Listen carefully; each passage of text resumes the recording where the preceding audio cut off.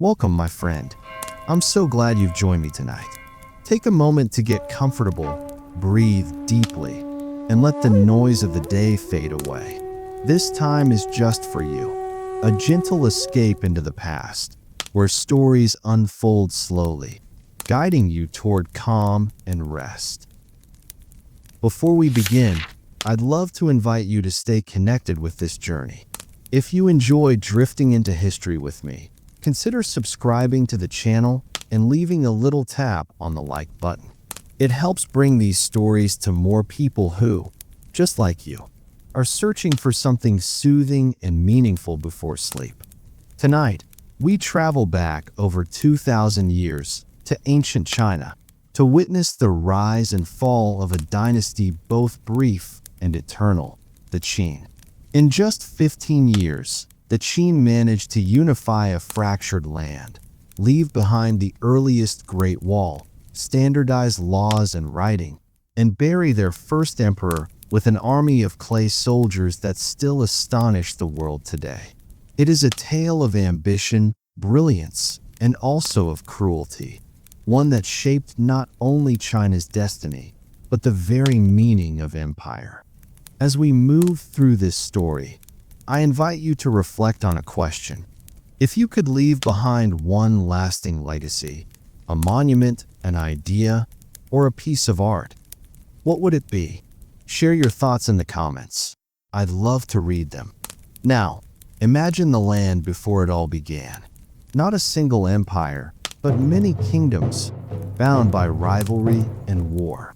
Wide valleys carried the echo of marching armies. Rivers nourished cities ringed with thick walls, and ordinary families lived in the shadow of endless conflict.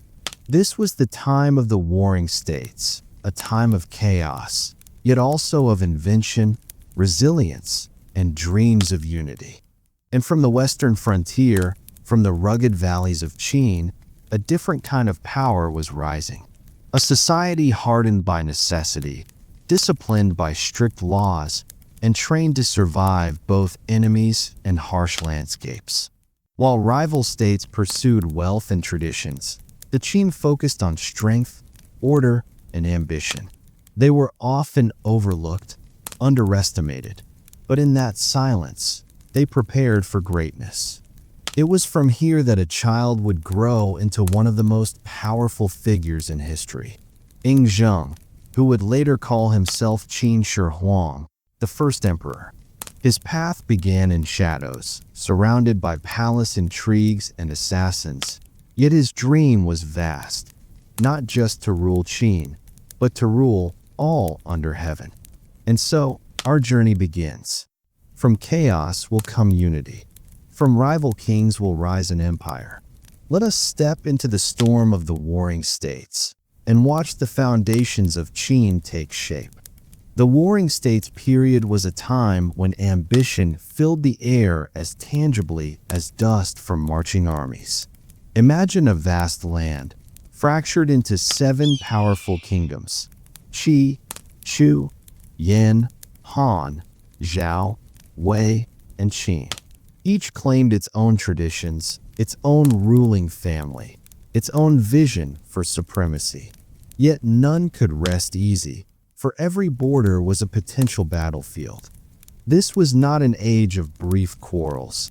It was centuries of relentless conflict. Armies numbering in the hundreds of thousands clashed on plains that soaked up blood season after season. Diplomats schemed in palaces, weaving alliances that lasted only as long as they were convenient. Spies crept through city gates, feeding rival courts whispers that could tip the balance of power. For the people who tilled the land, built the walls, and forged the weapons, war was not a distant spectacle.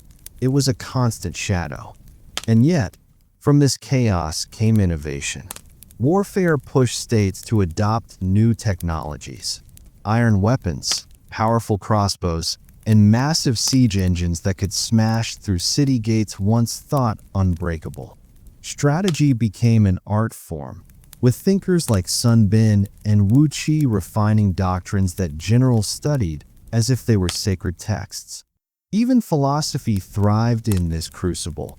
The 100 schools of thought emerged during this era, from Confucian ideals of virtue and harmony to the pragmatic, often ruthless logic of legalism, which would one day shape the Qin state most of all.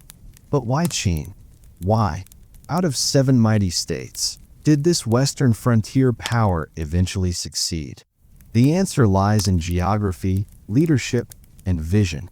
Qin's land was rugged, its soil fertile yet demanding, forcing its people to be resilient. Its position on the western edge meant fewer immediate rivals pressing from every side, giving it space to consolidate before pushing outward. And most importantly, Qin embraced reform. During the 4th century BCE, a statesman named Yang transformed Qin society with reforms so bold they reshaped the entire state. He imposed strict laws where rewards and punishments were clear and unforgiving. He dismantled the power of old noble families, ensuring loyalty shifted to the central authority. Farmers were encouraged, even compelled, to till the land efficiently, for agriculture was the backbone of Qin's strength. Soldiers rose in rank not through birth, but through merit on the battlefield. The system was harsh, but it worked. Qin became disciplined, efficient, and united in purpose. Meanwhile, the other states often weakened themselves. Some clung to old traditions, others wasted strength in endless shifting alliances, and many were plagued by corruption. Qin, by contrast, grew sharper with every passing decade, like a blade honed on stone. It was in this atmosphere that Zheng was born in 259 BCE. His childhood was not the story of a boy bathed in luxury, but of a prince surrounded by danger. His father had been held hostage in a rival state, and whispers of assassination haunted the corridors of his palace. At just 13, he inherited the throne of Qin, a boy king, stepping into a world where any sign of weakness could mean death. Yet, Zheng was no ordinary ruler. From a young age, he displayed a relentless determination, a focus that unnerved both his ministers and his enemies. He learned quickly, surrounding himself with capable advisors and generals. Men like Li Si, a brilliant legalist thinker, and Wang Jian, a seasoned general, would prove crucial in the years to come. As Zheng came of age, he inherited not only the throne, but also the momentum of Qin's long preparation. The armies were disciplined, the laws enforced, and the dream of conquest had already been set in motion by generations before him. All he had to do was seize the moment. And seize it he did. In a series of breathtaking campaigns, Qin's armies moved with precision, crushing one rival after another. The state of Han fell first, too small to resist the Qin war machine. Zhao followed, despite its once proud armies. Wei, Yin, Chu, and finally Qi were brought to their knees. Within just 9 years, Zheng accomplished what had seemed impossible for centuries. He ended the warring states and brought all of China under a single rule. The year was 221 BCE. For the first time, the land was no longer a battlefield of squabbling kings, but an empire united beneath one man. Zheng declared himself not merely king, but Huangdi, emperor. Qin Shi Huang, the first emperor of China. It was the dawn of a new age, an age that would shine with brilliance, yet also cast deep shadows. But before we step into the imperial court and witness the reforms, the grandeur, and the fear of the Qin Dynasty, pause for a moment to reflect on this transformation. From chaos and bloodshed, from centuries of division, one vision of unity had emerged, and with it, a new kind of ruler, one who would shape not just a kingdom, but the very idea of China itself. When Zheng ascended the throne of Qin at just 13 years old, The empire he inherited was sharp-edged and restless, a realm forged in discipline but shadowed by enemies both outside and within. Imagine for a moment a boy sitting on a throne too large for him, surrounded by advisors twice his age, courtiers whispering in corners, and guards who watched as much for betrayal inside the palace as for threats beyond its walls. His reign began not in triumph, but in tension. In those early years, regents and ministers ruled in his name, but everyone knew the throne was a dangerous seat. Rivals plotted to control the boy king, and assassins lurked in the shadows.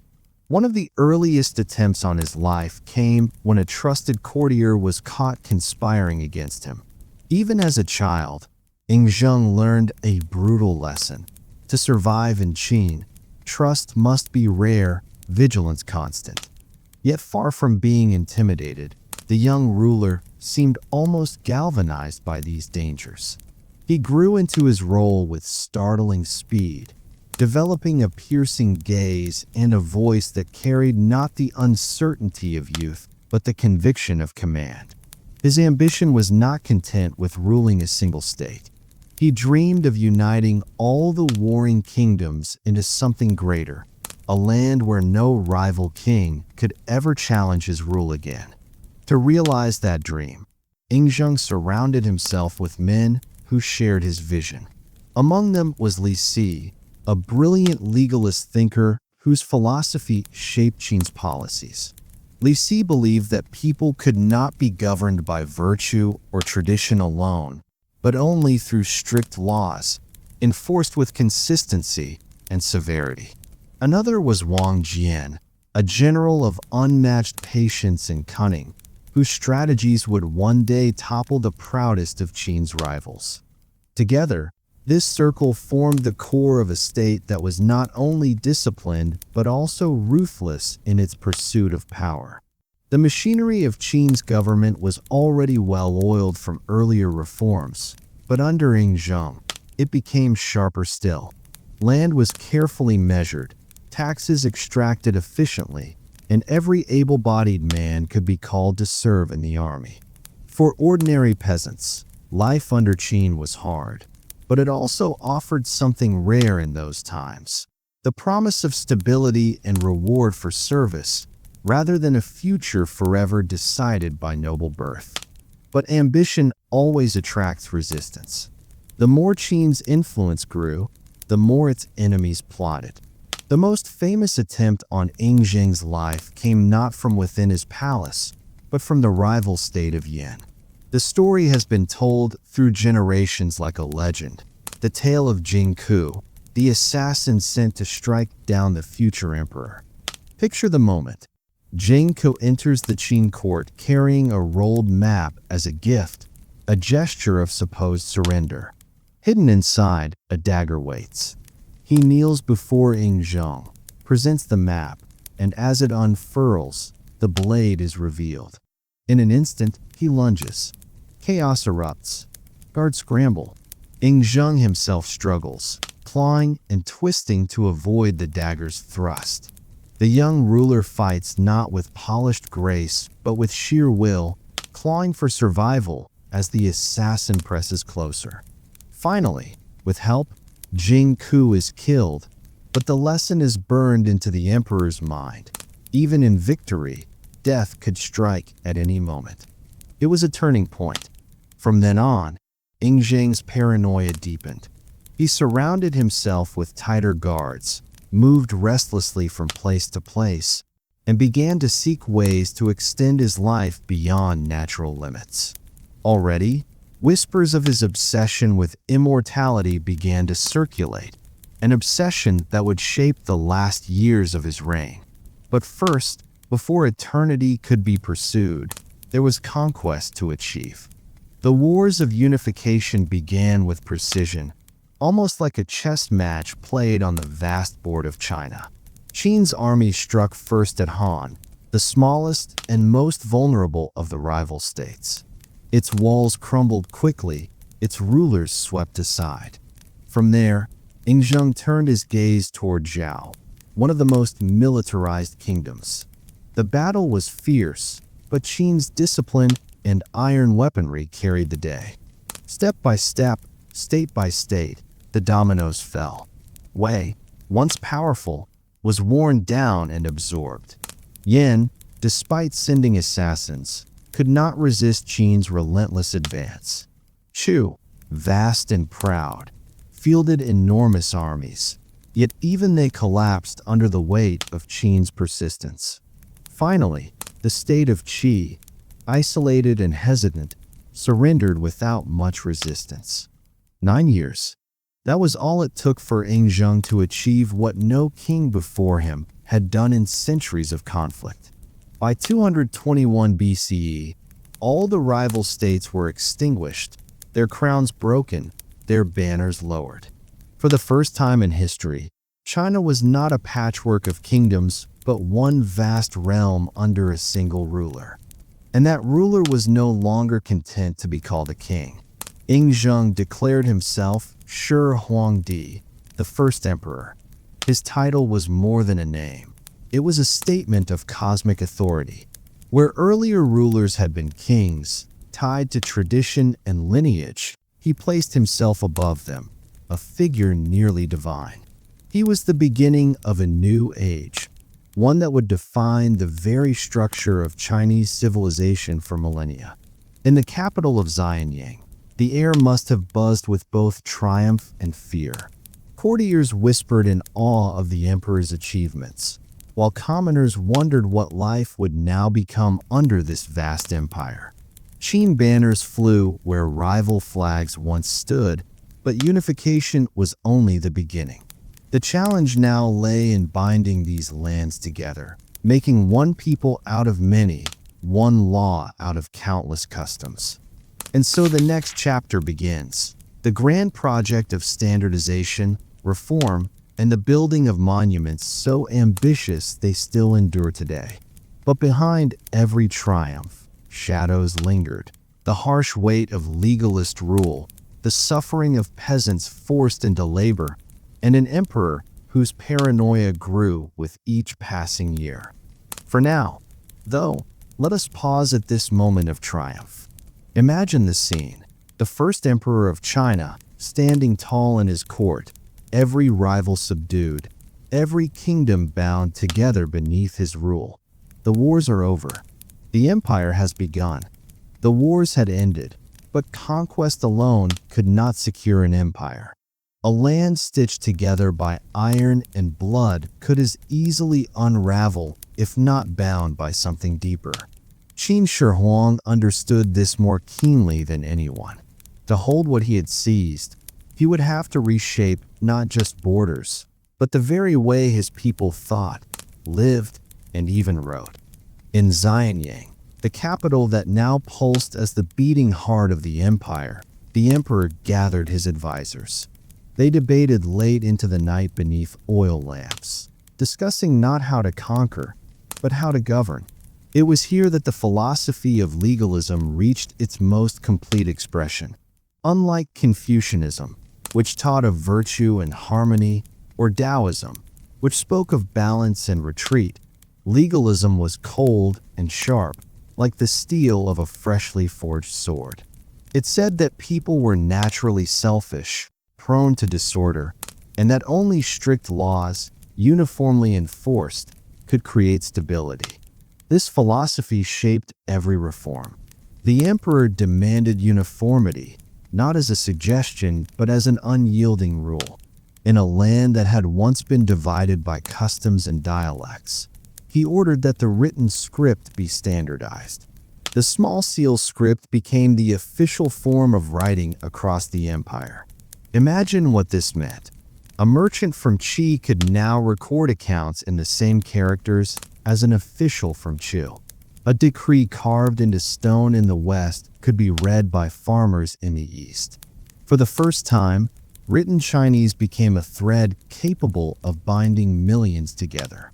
But the emperor's ambitions went far beyond language.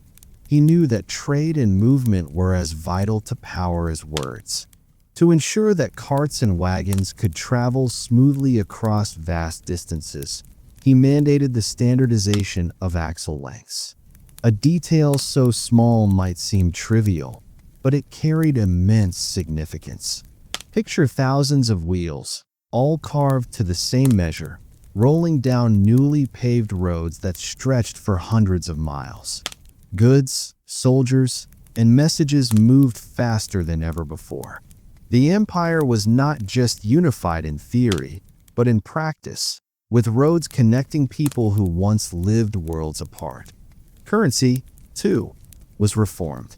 Where once every state had minted its own coins, with shapes as varied as knives and spades, Qin replaced them all with a single design: the round bronze banliang coin, stamped with a square hole at its center. Farmers could string them on cords, merchants could trade without confusion, and tax collectors could calculate without juggling weights of mismatched value. A farmer in Zhao and a craftsman in Yin now handled the same coin, a daily reminder that they were part of something larger. Weights and measures were brought under the same discipline. Grain was measured in standard bushels, cloth in uniform lengths. The marketplace became an extension of imperial order, where fairness was not a courtesy, but an imperial decree. The logic was simple. If every farmer, merchant, and trader lived by the same units, they lived within the same system, and that system belonged to Qin. These reforms transformed life in countless small ways. Consider the farmer in his field, the tools he used, the grain he harvested, the tax he paid, all defined by standards that stretched from the emperor's court to the furrows of the countryside. Consider the craftsman carving wood or shaping bronze. His creations matched measures dictated not by local tradition, but by imperial law. Even the language his children learned in school was molded by the emperor's will. Yet, none of this came without a cost. To enforce such uniformity, the emperor relied on a bureaucracy unlike any China had seen before. Gone were the feudal lords who once ruled semi-independent regions. In their place stood officials appointed directly by the emperor, loyal not to family or tradition, but to the state. Governors, administrators, and magistrates spread across the empire, each carrying the authority of the throne. Their task was not to rule with mercy, but to enforce the law with precision. And the law under Qin was merciless. Punishments were harsh, designed not merely to correct, but to deter. Theft, neglect of duty, even careless mistakes could result in mutilation or death. Families could be punished for the crimes of one member, a net of responsibility that ensured constant vigilance. To many, Qin's order felt like a cage. Yet for others, it was a shield, a world where fairness, however cruelly enforced, replaced the chaos of endless wars.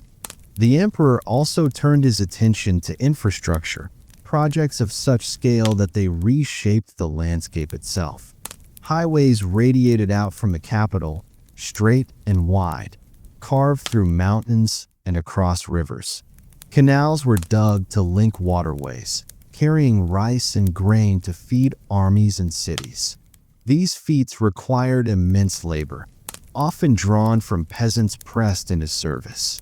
For those who toiled, it was backbreaking work. But for the empire, the results were lasting arteries of connection, binding distant provinces together. Among these projects rose another endeavor, the fortifications that would one day be remembered as part of the Great Wall.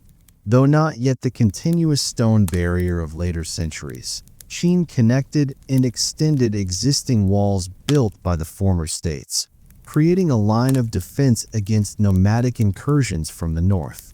Peasants, soldiers, and convicts labored under punishing conditions, stacking earth and timber into massive bulwarks. Many died along the way, their bodies buried where they fell, giving rise to the grim nickname, the longest graveyard on earth. For the people, the Qin reforms were a double-edged sword. On one side, they brought unity, order, an efficiency unknown in previous generations. Travel became easier, trade more predictable, law more consistent. On the other, they brought relentless control, crushing individuality and burdening the common folk with endless demands. And yet, beneath the weight of this discipline, a new identity began to form.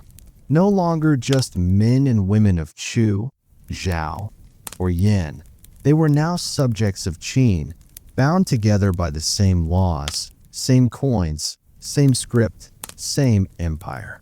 For the first time in history, something like a Chinese nation was being forged. Still, for Qin Shi Huang, unification was not merely about control. It was about permanence. He did not want his empire to vanish like those of the past, dissolving back into warring states at the first sign of weakness. He wanted a foundation so solid that it would endure forever. Every standardized measure, every highway, every fortress wall was a stone in that foundation. But permanence is always haunted by fragility. The more the emperor imposed his will, the more resentment simmered beneath the surface.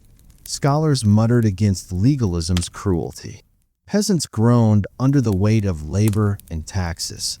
Nobles resented the loss of their hereditary power. Qin Shi Huang had unified a land, but whether he had unified its people in spirit remained uncertain. For now, however, the empire stood firm, glittering with the polish of order and innovation. Travelers could move from one end of the realm to the other on roads paved by imperial command. Merchants could weigh grain with scales that matched from market to market. Officials could send decrees written in a script understood by millions. It was a world more connected, more standardized, and more tightly controlled than anything China had seen. And yet, amid the grandeur of these reforms, the emperor's gaze was already lifting toward even greater monuments, projects that would immortalize his reign not just in law and language, but in earth and stone, in soldiers of clay, and in tombs meant to outlast time itself.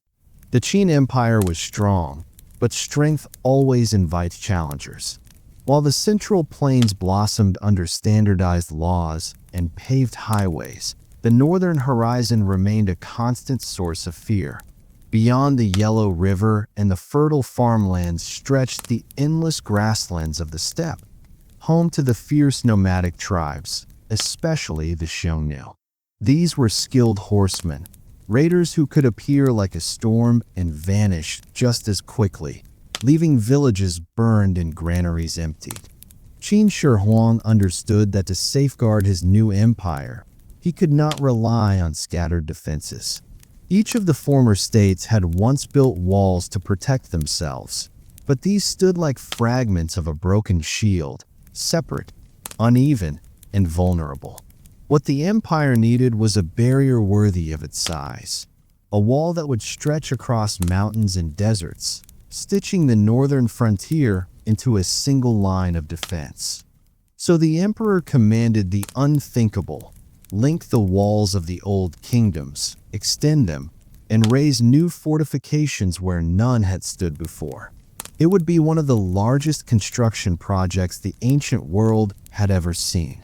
The work began with urgency.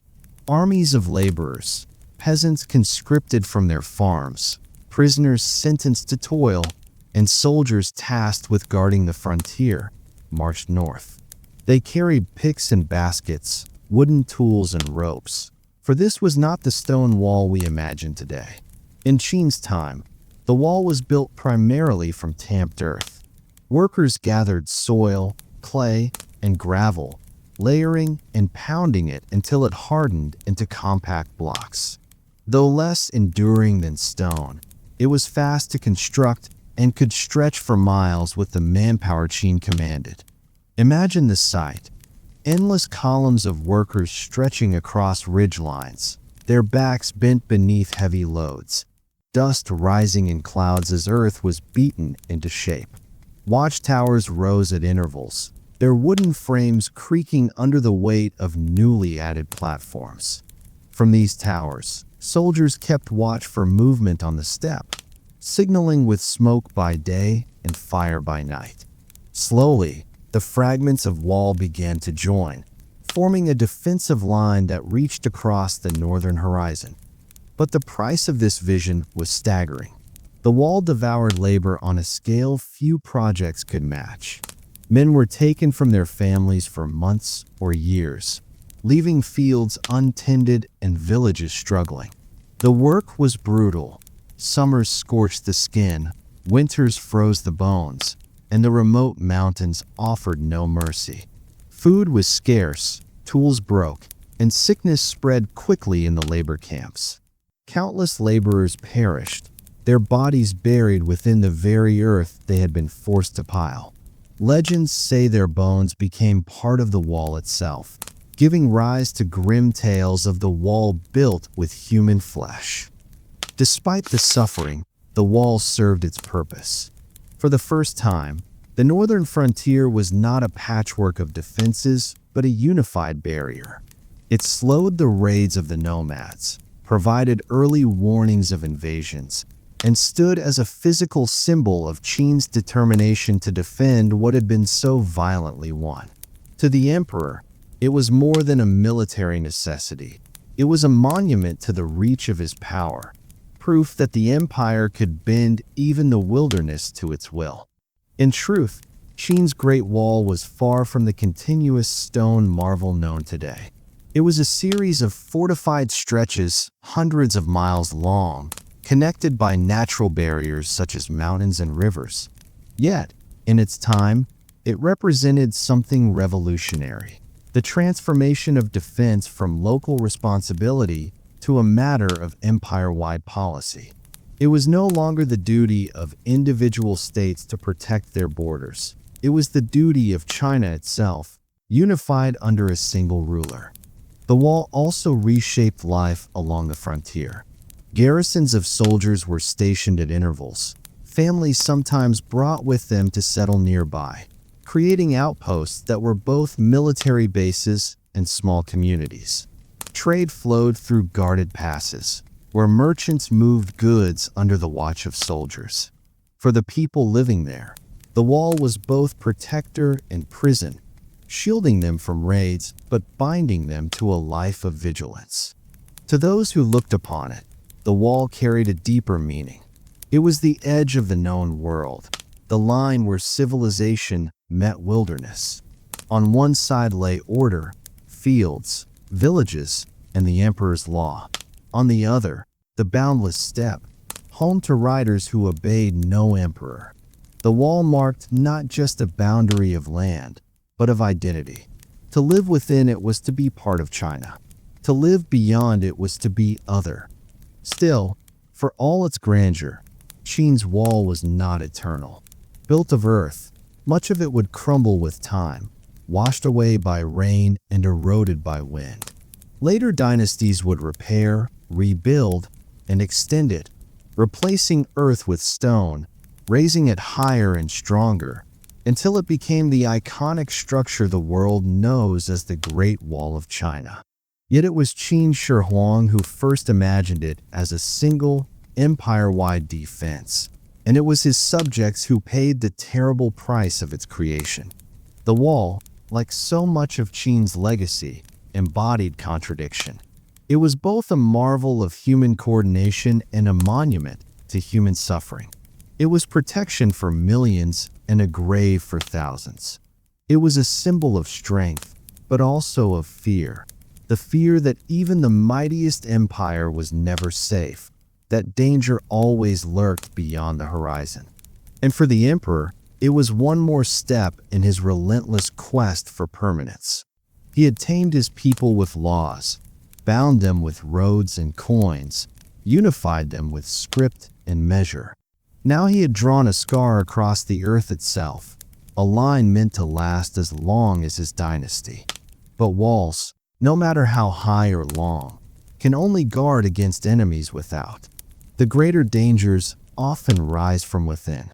Even as the last stretches of earth were pounded into place, Qin Shi Huang's mind was already consumed by another fear, not of foreign raiders, but of time itself and the shadow of death that crept ever closer.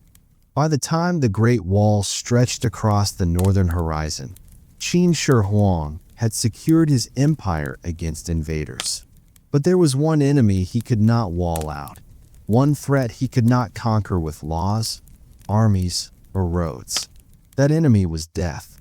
For a man who had unified China, who had bent millions to his will, who had declared himself the first emperor destined to rule for all time, the thought of mortality was unbearable. What use was an empire if he, the emperor, would one day crumble into dust? To outlast time itself, he turned to the same tools that had won him the empire: vision, labor, and sheer, uncompromising will. Thus began the construction of the most extraordinary tomb in Chinese history, the mausoleum of Qin Shi Huang, guarded by the Terracotta Army. Work on the emperor's tomb had begun long before he unified China. When he first ascended the throne of Qin as a boy of 13, officials had already started planning his final resting place. As his power grew, so did the scale of the project. By the time he became emperor, it had become an undertaking of unimaginable scope. Ancient records describe how over 700,000 workers were conscripted to labor on the mausoleum. Peasants, artisans, and convicts were drawn from across the empire, brought to the foothills of Mount Li, near modern-day Xi'an. There, they carved into the earth a vast underground complex, a city of the dead designed to mirror the world of the living. The mausoleum was not a simple chamber, but an entire subterranean kingdom. It stretched across nearly 38 square miles, encased in layers of earth and hidden from the sun. At its center lay the emperor's burial chamber, surrounded by halls, offices, stables, armories, and replicas of the palaces he had once walked in life. The underground world was meant to serve him eternally, a reflection of the empire above, preserved in shadow and silence. Ancient texts, particularly the records of the grand historian by Sima Qian, describe wonders that bordered on the mythic. Within the burial chamber, it is said, artisans created a map of the empire. Rivers and seas were fashioned from flowing mercury, kept in motion by ingenious mechanical pumps, glimmering in the torchlight like living water. Above, the ceiling was inlaid with precious gems, forming constellations to replicate the night sky.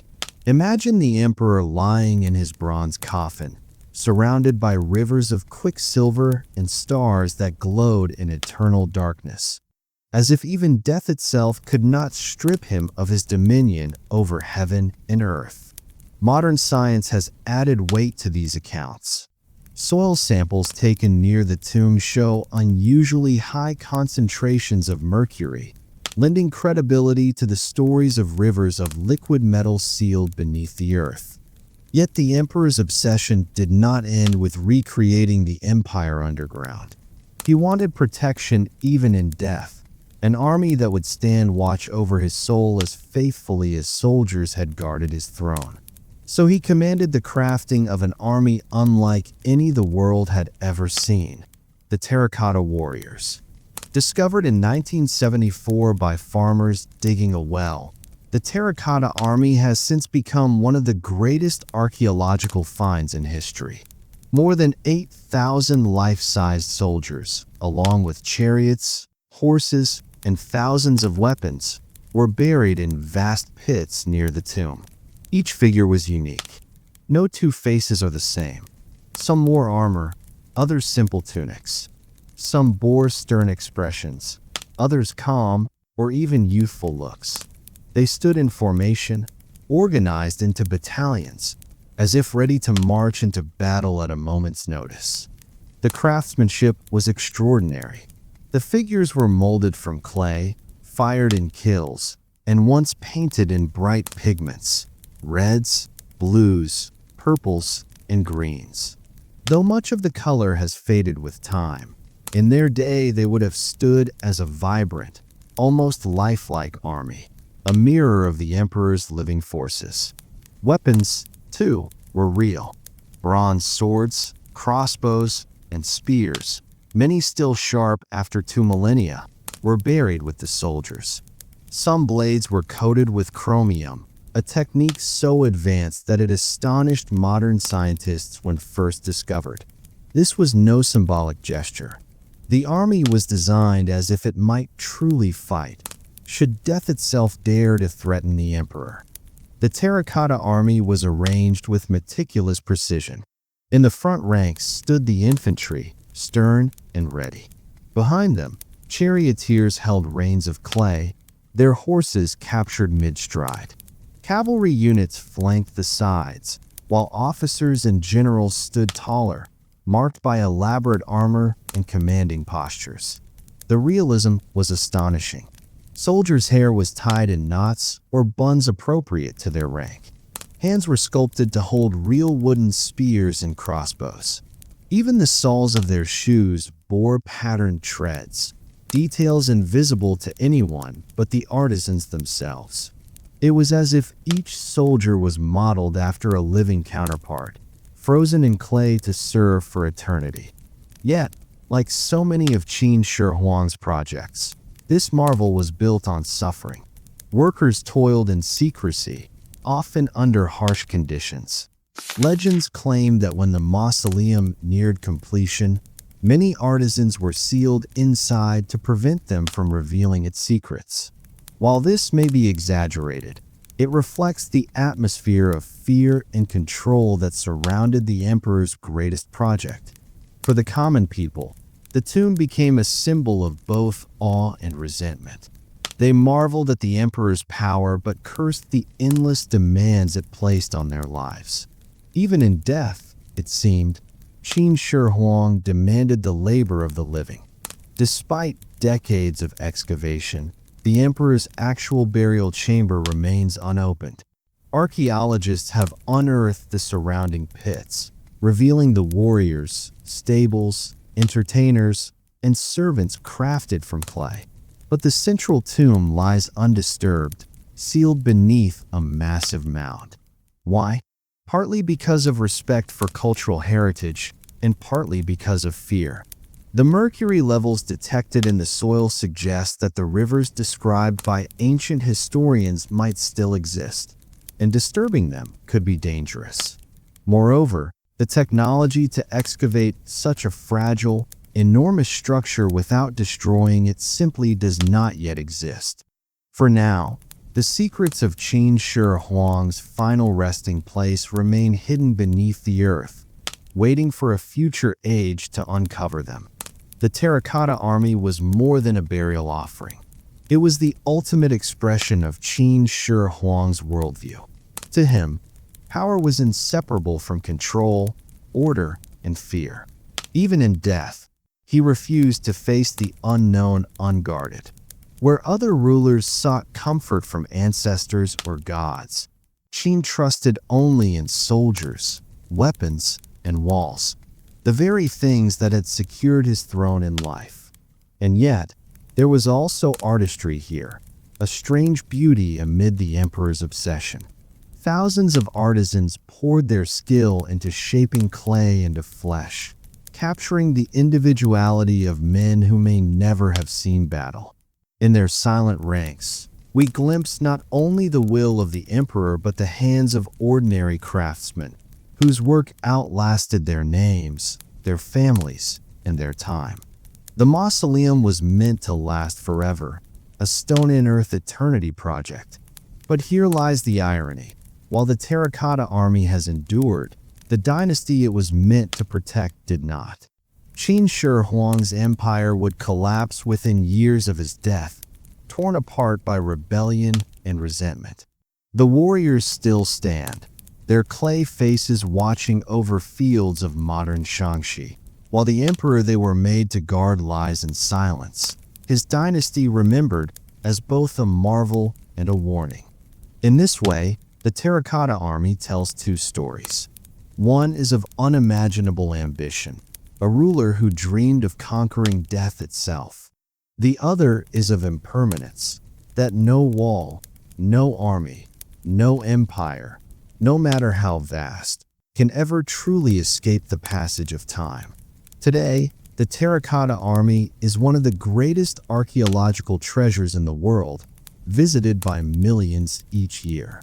Standing among the rows of soldiers, one cannot help but feel the weight of 2,000 years pressing down. Each clay warrior whispers a fragment of a story, of an emperor who sought immortality, of artisans who shaped life from earth, of a dynasty that rose like a storm and fell just as quickly. The army still stands, but the emperor's dream remains unfulfilled. His quest to conquer death failed. His dynasty crumbled. Yet in another sense, he did achieve a strange kind of immortality. For as long as people gaze upon the Terracotta Army, Qin Shi Huang's name, his vision, and his ambition live on. The Terracotta Army stood in silence, ready to protect their emperor for eternity. Yet for Qin Shi Huang, eternity was not meant to be a poetic idea or a symbolic gesture. He wanted it literally. The emperor who had unified China, who had forced a nation into one law, one script, and one measure, could not bear the thought that death might claim him like any common man. For him, the idea of mortality was an insult to his title, the first emperor, destined to last for all ages. And so began one of the most desperate, haunting quests in history, the search for immortality. It was a pursuit that consumed him. He summoned alchemists, scholars, and magicians from every corner of the empire. He ordered them to scour mountains, valleys, and seas in search of herbs, potions, and elixirs that promised eternal life. These were not idle whims, but state missions. Whole expeditions left the capital carrying imperial seals, sent to seek mythical ingredients that could preserve the emperor's body and spirit. The stories they brought back were a mix of wonder and deception. Some spoke of magical herbs growing on distant peaks.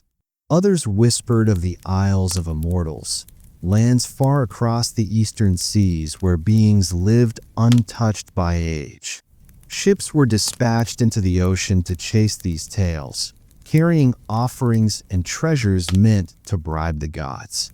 The emperor demanded results, and his agents promised them, though few returned with anything real. Still, Qin Shi Huang continued to believe. The man who had crushed rival kingdoms could not accept that the greatest rival of all, death, would remain undefeated. In his courts, alchemists worked tirelessly to produce elixirs of life. They mixed powders and minerals, tested metals and strange substances, claiming that with the right combination, immortality could be distilled into a single cup. Among their favored ingredients was mercury, a liquid metal believed to hold magical properties. Ironically, this element, thought to bring everlasting life, was poisonous. Qin Shi Huang, desperate and trusting, consumed these concoctions, slowly poisoning his body in the very act of trying to preserve it. The emperor's paranoia deepened with each passing year. Death loomed in his mind like an unseen assassin. He began to travel constantly across the empire, fearing that if he stayed too long in one place, he would be more vulnerable. On these journeys, he sought sacred mountains, sacred springs, and hidden valleys, hoping to find places where immortals might appear. He consulted diviners, who told him to avoid certain directions or to travel on certain days. He was a man who commanded millions, yet he trembled before invisible omens, searching for signs in the wind and stars. This obsession with eternity shaped his behavior in other ways as well. He grew increasingly suspicious of those around him. Ministers and generals who had once been trusted found themselves scrutinized or dismissed. The emperor's desire to control not only the present, but also the infinite future isolated him, surrounding him with flatterers who promised miracles and silenced those who dared to speak truth. He believed more in the words of magicians than in the counsel of officials who had helped him build his empire. And yet, within this desperation lay something deeply human. The first emperor, for all his power and cruelty, was haunted by the same fear that touches every life, the fear of its ending. He had conquered kingdoms, burned books, raised walls, and buried armies of clay, but none of it was enough to calm the quiet dread of his own mortality. His search for immortality was, in its own way, a mirror of the very empire he built, vast, ambitious, ruthless, and doomed to collapse under the weight of its own contradictions. The journeys grew longer. The emperor pushed himself to travel through harsh landscapes, following the faintest rumors of an immortal's path. It was during one such journey in the year 210 BCE, while touring the eastern regions of his empire, that his body began to fail him. The mercury-laced elixirs he had consumed in his quest for eternal life may well have hastened his decline. He fell gravely ill while far from the capital, his health collapsing even as he clung to the hope of living forever. The irony was cruel. The man who had scoured seas and mountains for immortality, who had demanded elixirs from his alchemists, was undone not by old age alone, but by the very potions meant to save him. His court kept his condition a secret, fearing unrest if news of his impending death spread. His attendants, desperate to conceal the truth, even ordered carts of salted fish to travel with the emperor's procession, masking the smell of his decaying body after he passed away. In the end, Qin Shi Huang died at the age of 49, young by today's measure, but not unusual in his time. Yet for him, it was a defeat. He had imagined a reign that would echo through eternity, a body that would never wither. Instead, he succumbed to the same fate as all men. His corpse was returned to the capital under a cloak of secrecy, even as his clay army stood ready in silence, guarding a dream he could not achieve.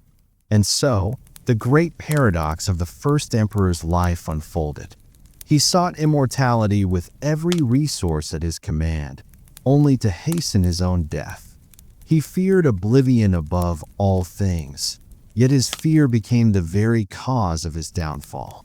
He dreamed of eternal rule, but his dynasty would collapse within a few short years of his passing. Still, his obsession left behind traces that shaped the imagination of China for centuries. Tales of his search for the Isles of Immortals endured, inspiring later emperors to send their own ships across the seas. His reliance on mercury gave rise to legends of rivers of liquid metal flowing in his tomb. His endless quest to outrun death became part of the mythic fabric of Chinese history, a reminder that even the most powerful rulers are haunted by the same shadows that trouble ordinary hearts. When we look back at Qin Shi Huang, we see both a conqueror and a fragile man, a ruler who reshaped the world in his image, and yet could not conquer the quiet truth that binds us all. His terracotta army still stands, his walls still echo across mountains, his script still guides the strokes of Chinese writing, and yet, for all this, he could not keep death at bay. His story reminds us that immortality is never found in the body, but in the marks we leave upon the world, the echoes we create in history. The death of Qin Shi Huang was not the end of his vision, but it was the beginning of its unraveling. He had built an empire with walls of stone and laws of iron, but when the hand that enforced them was gone, cracks began to appear in the very foundation. His dynasty, though mighty in its achievements, was fragile in its roots, and without the sheer will of the first emperor, the structure could not hold for long. The emperor's death was shrouded in secrecy. His attendants feared that news of his passing might spark rebellion or invite enemies to rise against the empire. His body was placed in a carriage, and to mask the odor of decay, they filled carts with salted fish to travel alongside him. The imperial procession moved slowly back to the capital, while the officials around him scrambled to decide the future of the throne. But here, too, the seeds of downfall had already been planted. Qin Shi Huang had several sons, but none who possessed his vision or strength. The empire needed a leader who could balance force with wisdom, someone who could command both armies and loyalty. Instead, palace intrigues took hold. Ministers and eunuchs schemed, choosing heirs not for their ability, but for their obedience. The emperor's eldest son, who might have been the natural successor, was pushed aside. Instead, the throne was given to his younger son, Hu Hai, a man unprepared for the weight of empire. Hu Hai, known to history as Qin Shi, lacked the authority and discipline of his father. Where Qin Shi Huang had been decisive, Hu Hai was easily swayed. He fell under the influence of Zhao Gao, a cunning eunuch who saw in the young emperor an opportunity to seize power from behind the throne. Zhao Gao whispered counsel into Hu Hai's ear, guiding decisions not for the good of the empire, but for his own survival and control. The empire, still fresh and unsettled from its unification, required careful governance. Instead, what followed was chaos. Heavy taxes continued to fund massive projects, exhausting the people who had already been drained by years of forced labor. Farmers struggled under impossible burdens, their grain seized for the state while their families went hungry. Soldiers who had once marched with pride under the Qin banner now grumbled in discontent. Rebellions began like sparks in dry grass. Small uprisings in distant provinces at first seemed insignificant, but they spread quickly, fanned by anger and despair. The harsh laws of the Qin, once a tool of order, now turned against the dynasty. People no longer feared them, they resented them. In villages and towns, whispers of revolt turned into open defiance. Leaders emerged among the common people, men who promised to throw off the yoke of Qin rule and restore freedom. One of the earliest and most famous revolts was led by Qin Sheng and Wu Guang, two men who had been ordered to deliver soldiers to the frontier. Delayed by storms and facing punishment for their lateness, they chose rebellion instead. With a cry that still echoes through history, Qin Sheng declared, "The kings of the past are gone. Who among us cannot become king?" It was a statement of defiance against the entire structure of Qin authority. Peasants, soldiers, and displaced men rallied to their side, forming the beginnings of an army that grew with each victory. Though Qin Sheng and Wu Guang themselves did not survive long, their rebellion set a precedent. It proved that the Qin could be resisted, that the mighty empire was not invincible. Other leaders rose in their place, each wave of revolt striking harder against the crumbling dynasty. Among these leaders were figures who would later shape the destiny of China itself. Liu Bang, a former peasant who would found the Han Dynasty, and Xiangyu, a warrior whose strength and charisma made him a legend. Inside the Qin court, Hu Hai floundered. Zhao Gao's manipulation turned the young emperor into a puppet, and fear ruled the palace. Paranoia spread like a shadow over the court as officials were accused of treachery and executed without trial. Ministers who had once guided the empire with wisdom were silenced, their places filled by flatterers who dared not speak the truth. The emperor grew more isolated, surrounded not by loyal servants, but by whispers and daggers. The dynasty's once unshakable image now faltered. The massive walls and roads could not silence the hunger of the people. The terracotta soldiers buried in their ranks could not march to defend the living empire. The dream of Qin Shi Huang, to build a dynasty that would last 10,000 generations, was dissolving in less than 2 decades. The rebels pressed harder. Armies clashed across provinces, and the Qin forces, stretched thin and demoralized, faltered against the tide. The grand order of the empire, built on fear and strict control, crumbled in the face of human will. Soldiers deserted, peasants rose in fury, and one province after another slipped from Qin hands. Huai, overwhelmed and despairing, saw enemies in every corner. Zhao Gao, who had once been his guide, turned on him as well. Fearing his own downfall, Zhao Gao forced the young emperor to take his own life. Thus ended the reign of Qin Shi, a ruler remembered not for his achievements, but for his weakness, a pale shadow of his father's ambition. But the dynasty still did not find peace. Zhao Gao himself was soon assassinated, and the throne passed briefly to another Qin prince. Yet by this time, the dynasty was already beyond saving. Rebellions burned too brightly, and new leaders, stronger and more determined, were shaping the next chapter of history. Among them, two figures stood above the rest, Liu Bang and Xiang Yu. Xiang Yu, a warlord of immense strength, was feared on the battlefield, a man said to wield his sword like a force of nature. Liu Bang, in contrast, was pragmatic, patient, and shrewd, qualities that would eventually make him the founder of the Han Dynasty. Their rivalry would define the fall of the Qin and the rise of a new empire. As Qin forces faltered, Xiang Yu's army grew unstoppable. His brutality was legendary. Entire cities burned, and captives were slaughtered. Yet it was his ferocity that broke the last defenses of the Qin. In 207 BCE, his forces stormed the Qin capital of Xianyang. The city fell, and with it, the dream of Qin Shi Huang. The last ruler of the Qin, Ziying, surrendered to Xiang Yu. In a final, tragic gesture, he handed over the imperial seal, the symbol of authority that his father had once used to declare himself ruler of all under heaven.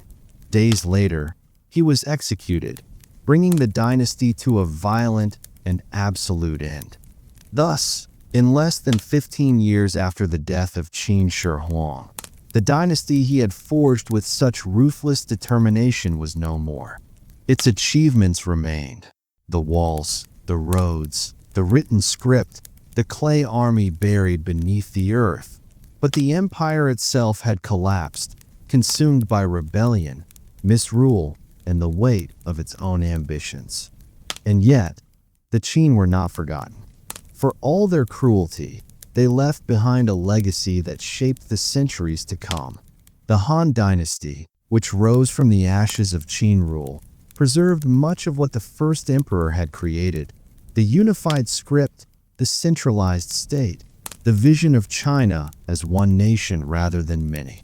The Qin had burned bright and short, a dynasty like a blazing fire that consumes all around it, but leaves behind both ashes and light. When you think of the Qin, it is hard not to feel the strange mix of awe and tragedy. They were builders of greatness, but also sowers of despair. They dreamed of eternity, yet collapsed almost instantly. Their story is a reminder that power without balance is fragile, that empires cannot stand forever on fear alone, and that even the most unyielding walls cannot hold back the will of the people. And somewhere, deep beneath the earth, the terracotta army still waits, guarding a tomb sealed with mystery, silent witnesses to both the triumph and the fall of the dynasty they were meant to protect. The Qin dynasty may have burned like a brief flame, but its glow never truly faded. For though the empire collapsed in the hands of weak successors, the ideas it carried lived on. Qin Shi Huang had wanted to build something eternal, and in a sense, he did. The dynasty's physical existence ended quickly, but its vision shaped the very soul of China for thousands of years to come. Think of the unification of script. Before Qin, each region had its own way of writing, its own characters, its own forms. Communication across kingdoms was tangled and fractured. The first emperor understood that unity was not only about armies and walls, it was also about words. He enforced a standardized script so that whether someone lived in the east or the west of his vast empire, they could read the same characters, understand the same signs, record their lives in the same strokes of ink. That script, with modifications over centuries, still underlies the Chinese writing system today. A brush dipped in ink in modern China traces the same shapes once carved into bamboo strips under the Qin. This was not just administration, it was a bridge across generations. Then there were the roads and canals, veins and arteries of an empire. Qin Shi Huang's armies had marched along them to bring the states together, but their legacy lasted long after the armies were gone. The roads carried not only soldiers, but merchants, farmers, travelers, and ideas. They tied distant provinces into one body. The Great Wall, too, though altered many times after the Qin, had its earliest stones placed under the first emperor's order. He envisioned boundaries not as abstract lines, but as massive fortifications across mountains and deserts, a visible reminder that China was no longer a collection of kingdoms, but one united land. Even in law and governance, the Qin left marks that endured. Their system was strict, often unbearably harsh, but it introduced the idea of centralized bureaucracy, a government that reached into every village and province, recording households, collecting taxes, regulating labor. Later dynasties would soften the edges, adjust the balance between punishment and reward, but the framework itself had been laid. The empire that followed, the Han, borrowed heavily from the Qin's methods, blending them with Confucian thought to create a model that lasted centuries. And then there is the tomb of Qin Shi Huang, a place that even now stirs curiosity and awe. The terracotta army is only part of it. Ancient texts tell of rivers of mercury flowing through chambers that mimic mountains and seas, a palace built underground to mirror the heavens above. Modern science has detected unusually high levels of mercury in the soil near the tomb, suggesting that perhaps these legends were not mere exaggerations. But the tomb itself remains sealed, untouched since the day it was closed more than 2,000 years ago. Out of respect, and perhaps out of fear, no dynasty that followed has dared to open it. It rests beneath a hill in Xi'an, guarded by clay soldiers and mystery, waiting for a time when it may finally reveal its secrets. For the people of China, the Qin became both a warning and a foundation. They were remembered for their cruelty, the forced labor, the burning of books, the burying of scholars, but also for their audacity. They showed what was possible, that a fractured land could be bound into one, that order could be imposed across chaos, that a vision, however harsh, could shape the destiny of millions. Later dynasties did not forget these lessons. The Han carried forward the unity, but softened the rule. Others borrowed the strength of Qin's centralization, but learned to mix it with tolerance. The Qin were the storm that cleared the sky, harsh and destructive, but leaving behind a space in which new growth could flourish. For the modern world, the Qin dynasty remains a fascination. Tourists stand before the silent ranks of the terracotta army and feel the weight of centuries pressing close. Scholars study the fragments of bamboo slips and bronze inscriptions, piecing together the lives of those who served the first emperor. Writers and filmmakers retell the story of Qin Shi Huang's rise, his obsession with immortality, his iron grip on power. The Qin have become symbols of both ambition and fragility, proof that greatness and downfall often walk side by side. As you imagine this story now, perhaps lying in the quiet dark of your room, You can almost hear the echoes of that time. The clang of hammers building walls across mountains. The scratching of brushes on bamboo slips, recording edicts in the new script. The shuffle of peasants pressed into labor, their voices carrying both pride and exhaustion. And above it all, the voice of an emperor who dreamed of eternity, commanding a land that had never before known such unity. Yet history whispers with a different truth. Eternity was not his to hold. Qin Shi Huang's body turned to dust, his dynasty to ruin, his palace to rubble. But in another way, he did achieve a kind of immortality, not through elixirs or magic islands, but through the legacy he carved into the bones of a nation.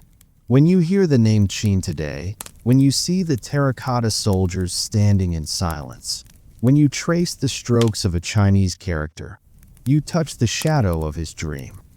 And that, perhaps, is the paradox of the Qin. They could not escape mortality, but they ensured memory. They could not build a dynasty that lasted 10,000 generations, but they built the foundation upon which later dynasties stood. The Qin were short-lived in years, yet everlasting in influence.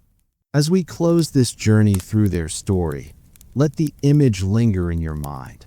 An emperor staring at the horizon, believing he could command forever, and an army of clay soldiers standing in eternal ranks to guard a tomb that the living still dare not open. The story of the Qin is not just about conquest or cruelty. It is about the yearning of humanity itself, to last, to be remembered, to hold on to time even as it slips away. And now, as you let your eyes grow heavy, think of that ancient world fading into mist. The voices of emperors and peasants alike grow quiet. The Great Wall dissolves into shadow. The terracotta warriors return to their stillness beneath the earth. Their story rests now, as you too may rest. Good night.